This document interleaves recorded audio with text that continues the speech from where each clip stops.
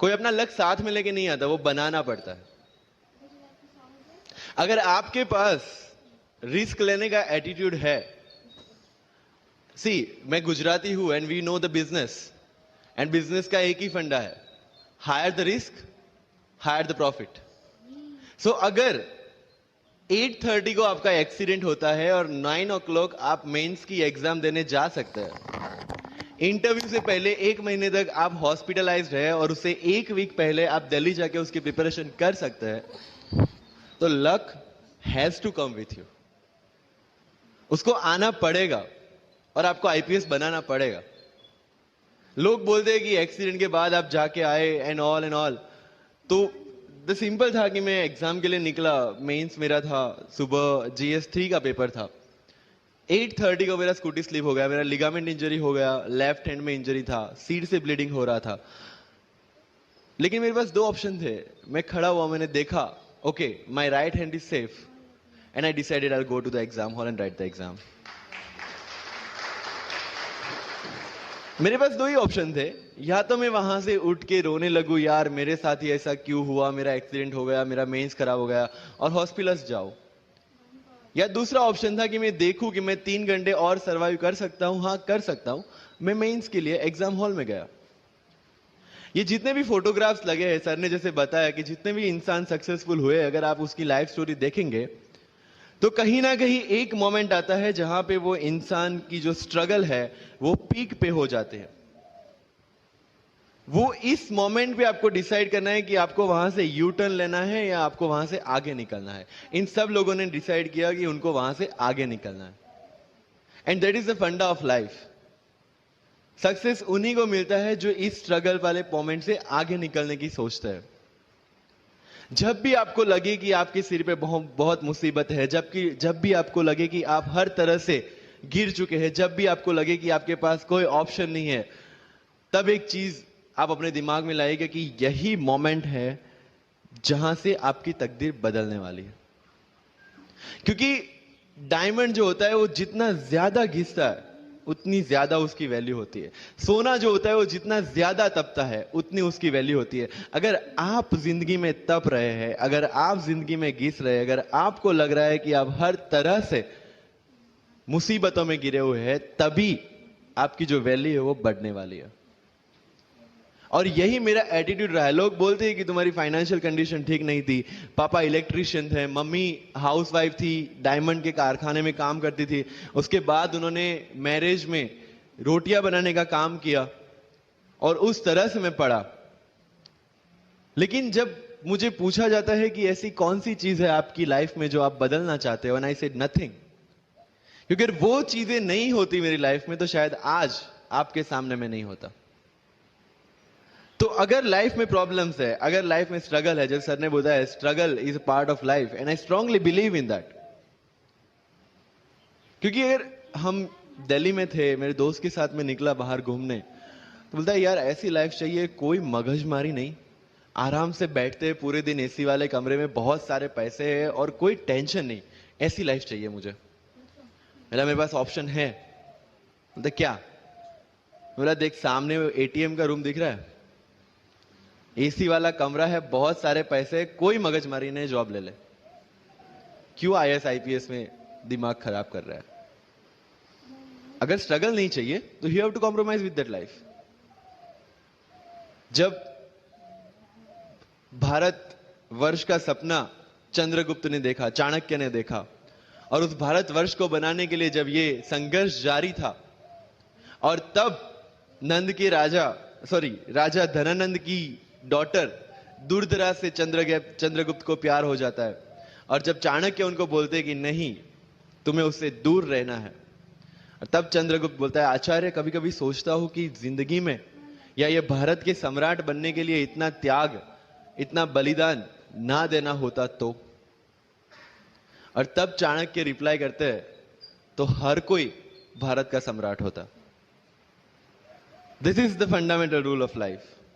अगर आईएएस बनने के लिए, आईपीएस बनने के लिए सैक्रिफाइस करना नहीं पड़ेगा, अगर उसके लिए आपको त्याग नहीं करना पड़ेगा, तो आज पूरे इंडिया में हर घर में आपको आईएएस आईपीएस मिल जाएंगे। So when you are entering into this game of UPSC और MPSC, make sure that you have to sacrifice anything which will take you to your goal. लेकिन प्रॉब्लम ये है कि हमें टेंशन होती है, यार दोस्त की एंगेजमेंट है, उसकी बर्थडे पार्टी है, उसकी शादी है, अटेंड नहीं करूंगा तो बोलेगा मैं तेरी शादी में नहीं आऊंगा, एंड ऑल. लेकिन बिलीव मी, जब आप आईएएस बन जाओगे, वो सामने से याद दिलाएगा, भाई इनविटेशन कार्ड नहीं भेजा तूने. समझ रहे हो? तो जो कुछ भी इसके लिए सेक्रीफाइस कर रहे हो, वो जब आप उस पोस्ट पे पहुंचोगे, सब कुछ वर्थ है, सब कुछ. मैंने जो मेरा इंटरव्यू था यूपीएससी का, मुझे एग्जैक्ट डेट याद है, 23 मार्च को मेरा इंटरव्यू था. 20 फरवरी को मुझे हॉस्पिटल में एडमिट किया गया क्योंकि मुझे इन्फेक्शन हो गया था बॉडी में, एंड बहुत हाई फीवर था, तो आईवी के अलावा कोई ऑप्शन नहीं था. 1 मार्च को ठीक होके मैंने सोचा चलो दिल्ली निकलते हैं. 2 मार्च को मैं दिल्ली पहुंचा. 3 मार्च को वापस से टॉन्सिलाइटिस का अटैक होने की वजह से फ्लाइट लेके वापस से पालनपुर, अहमदाबाद. Again hospitalization. 15 मार्च को I got relieved from the hospital. 16 मार्च को मैं दिल्ली पहुंचा और 23 मार्च को I gave my UPSC interview. तो 1 महीने का हॉस्पिटलाइजेशन. उसके बाद जब दिमाग में ये था कि मेरे साथ जो लोग इंटरव्यू दे रहे हैं वो 1 महीने से प्रिपरेशन कर रहे हैं, एंड 1 महीने से मैं हॉस्पिटल में था, again I thought this is the moment to prove yourself. I went to the interview और पूरे इंडिया में 2nd highest marks in interview. This is not to say कि मैंने कितना अचीवमेंट लिया, this is just to say UPSC is all about this. मैंने कोई preparation नहीं की थी यूपीएससी के लिए, इंटरव्यू के लिए, but again I scored good marks in interview because UPSC सिर्फ आपका नॉलेज चेक नहीं करता. Make it very clear in your mind. जैसे सर ने बोला, it's a game of wisdom. आपको पहले ऑफिसर बनना पड़ेगा यहां से. यूपीएससी का काम तो सिर्फ थप्पा लगाना है कि हाँ ये ऑफिसर बन गया. जितने भी आईएएस आईपीएस ऑफिसर्स को आप मिलोगे, you will realise this thing कि ऑफिसर वाली क्वालिटीज इसमें पहले से है. आप जब प्रिपरेशन स्टार्ट करते हैं तभी से समझ लीजिए कि आपकी आईएएस और आईपीएस की ट्रेनिंग भी स्टार्ट हो गई.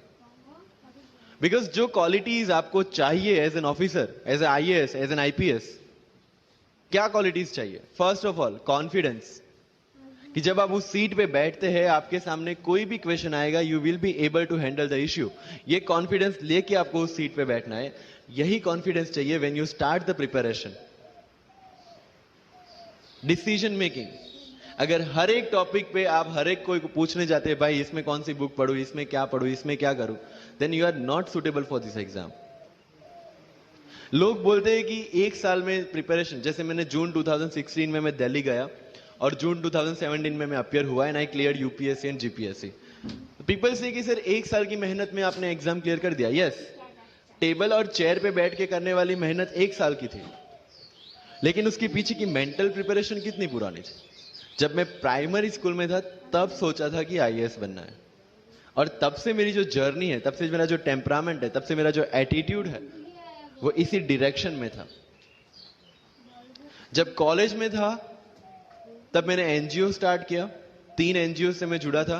जब लोग सोशल मीडिया, व्हाट्सएप और फेसबुक पे बिजी थे, मैं वहां स्लम में जाके बच्चों को पढ़ा रहा था. क्यों? क्योंकि मुझे पता था कि फ्यूचर में यही काम करना है, क्यों ना अभी से उसकी ट्रेनिंग ले लो. So I have invested my each and every moment for this goal. Because जो पर्सनालिटी टेस्ट लास्ट में यूपीएससी लेता है, इंटरव्यू नहीं है वो. We consider it as interrogation. Interview को इंट्रोगेशन लेके चलते हैं, वहां पे पूछताछ होगी नहीं. अगर यूपीएससी के इंटरव्यू में 10 में से 9 क्वेश्चन के आंसर भी आप सॉरी सर और sorry ma'am, I don't know कह के देते हैं, उसका कोई इंपैक्ट नहीं पड़ता. इंपैक्ट पड़ता है वो 9 क्वेश्चन न आने का प्रेशर आप कैसे हैंडल करते हैं. आपके पसीने छूट जाते हैं या आप वही टेम्परामेंट के साथ इंटरव्यू कंटिन्यू करते हैं. मार्क्स उस चीज के, मार्क्स है आपकी सोच के. एक ऑफिसर के तौर पे जब आपको आईएएस या आईपीएस की सीट पे बिठाया जाएगा, how will you treat the citizens of this nation? What will be your attitude to each and every person who is going to come and meet you? These things are being tested during UPSC interview. और इस सारी journey में अगर सबसे important कोई चीज है तो that is your learning attitude. और not for UPSC, for life even. Because when I'm speaking in front of you in Hindi and English, to be very clear, I belong to rural background of Gujarat, और मेरा study जो हुआ है वो पूरा Gujarati medium में हुआ है, गवर्नमेंट स्कूल में। 12th तक का स्टडी मेरा गवर्नमेंट स्कूल में हुआ है, गुजराती बोर्ड में, गुजराती मीडियम में। And yet I can give my UPSC interview in English in Delhi and score such marks. Where did it come from? कहां से आता है ये?